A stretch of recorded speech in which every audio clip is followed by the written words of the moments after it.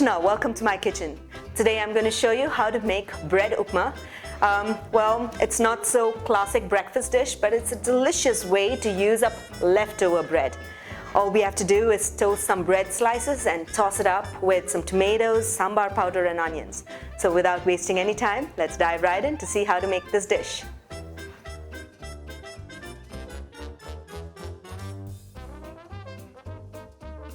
To begin making the bread upma, what we have to do first is to toast our bread slices.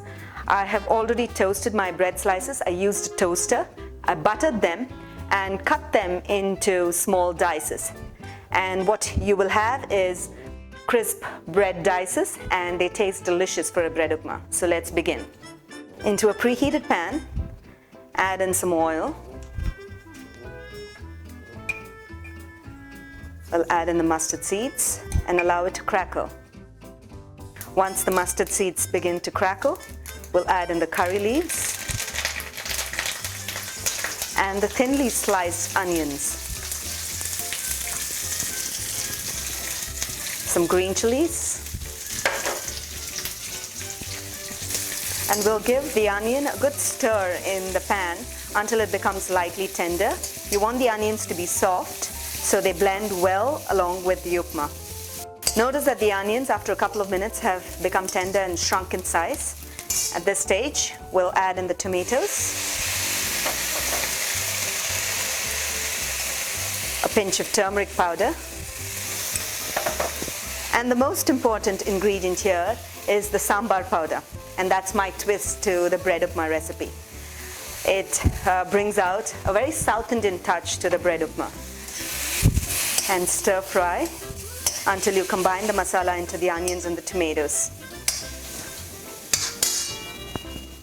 We will now add in the toasted bread dices. We will also have to add in some salt, but remember, I used a salted butter to spread over my bread, and the bread also inherently contains some salt. So when you add some salt, make sure that you add just a bit. And if needed, you can taste later and add more. Stir all the ingredients until all the masala gets well coated into the bread. Now the next step is to cover the bread upma and allow it to simmer for about 3 to 4 minutes, and that's about it. And this is just so that the tomatoes become lightly softened and all the masalas also get absorbed into the bread. So we'll just wait for that.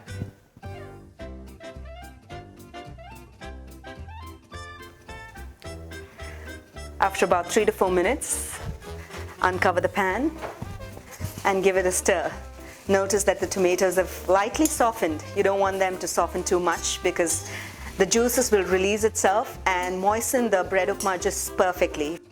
Once this is done, we'll add in the chopped coriander leaves, lots of them, because it'll add a lot of freshness to the bread upma.